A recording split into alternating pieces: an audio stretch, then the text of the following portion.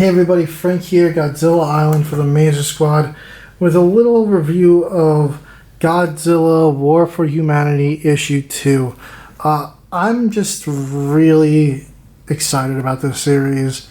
From Issue 1, right off the bat, I was just really sucked into this story by Andrew Maclean.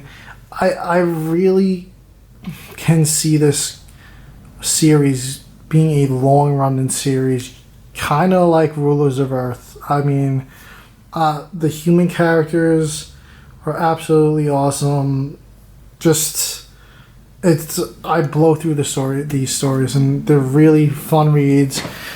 The monster action's really cool. They've already jam-packed the first 2 issues with tons of different kaiju, a bunch of references to the movies and everything. So let's dive into this. Last we left off, we had Dr. Yuko Honda, who is our main character here. She was recruited by Faison, who is a billionaire that she doesn't quite see eye to eye with, but he's got this little side gig going, basically a little kaiju task force, and it's her, Johnny Wiggum here, who's the other doctor, and now her daughter joins her this issue, Samantha, and the billionaire was Faison Fulchek, and there's Colonel Elsie Guerrero, who kind of runs the whole operation. Faison's money funds it. As you can see on the cover here, we have Mogira facing off against Zoospora. Yes, we do get to see that action in this comic book. So let's dive into this and see what happens in this issue of Godzilla War for Humanity issue 2. So it starts off, Anguirus is migrating in Madagascar. It's usually part of his normal migration route. That's one theme that was brought up in the first issue. We see Gorosaurus was migrating at the beginning of the first issue, where he was first attacked by Zoospora. He was the first victim of Zoospora, followed by Manda, and now Anguirus is next up in line. Anguirus is getting a little closer to the village, so the boats are trying to direct him in the right direction, try to get him out of the way. Zoospora appears, and we get to see some Anguirus action here. He goes into his little ball form, and Faison decides to dispatch Mogira, and what's his Mogira team dressed as? I mean, if that's not the biggest Jet Jaguar reference ever, I don't know what is. I mean, these suits are awesome. Crazy, super sci-fi looking. I just stared at this page for like 5 minutes. When I first read this, I was just like, wow. They're just throwing Jet Jaguar references right in our face. Faison gets just super hyped. He's like, I'm going to get to attack this thing. He's like, Dr. Yuko's not here. Wiggum's not here. Yuko is not in for confronting the kaiju with men. She does not want to fight. She's going to pick up her daughter in the city, and she's kind of sitting in some traffic while Johnny gives her some little backstory about kaiju, and she's still kind of like annoyed, like, why isn't Godzilla helping? But they know he's on Monster Island with Manila, Baby Godzilla, if you want.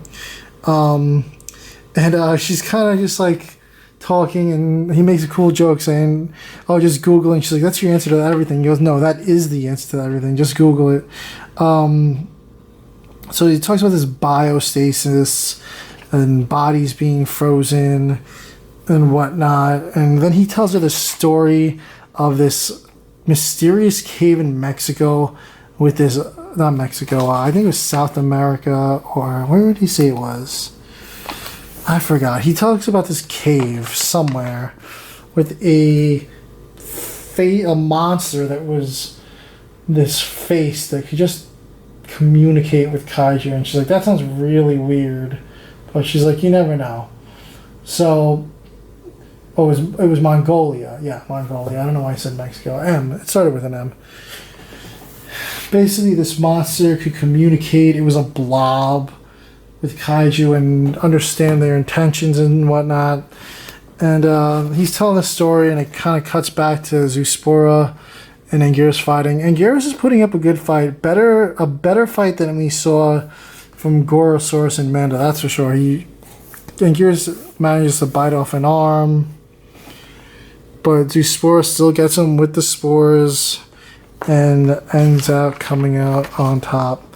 They're still in traffic. Yuko has picked up her daughter. The daughter's just going on about the grandma not liking her, and Yuko's like, yeah, I grew up with that. So she's like, I know what you dealt with there. She's like, get used to it. So the Mogira team finally arrives to try to help Anguirus, blowing through the ground and flying through the sky. They form Mogira, and they do this crazy formation, and they look really cool. And it seems like, they got this.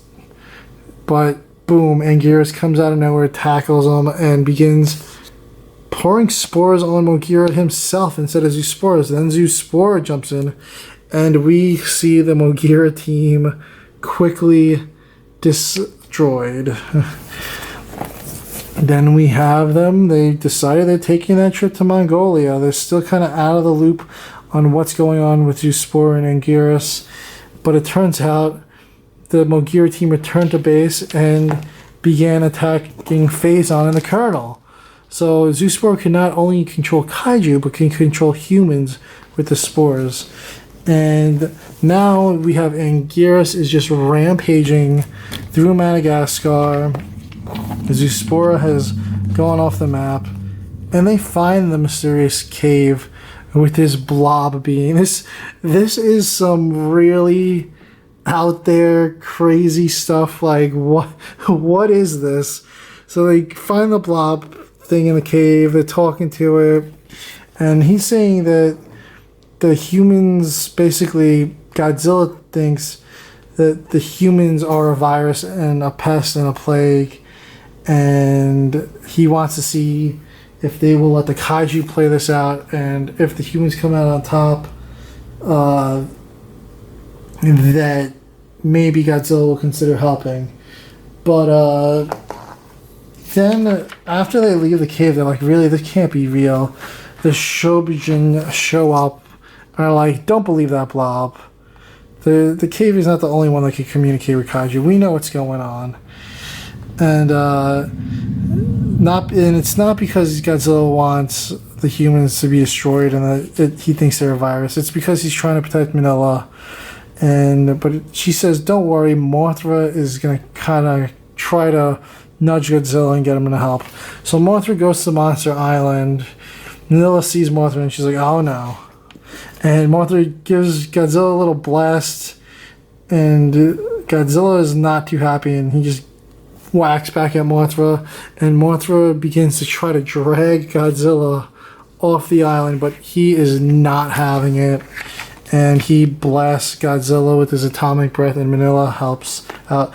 So Godzilla really is just scared of leaving Manila alone on Monster Island.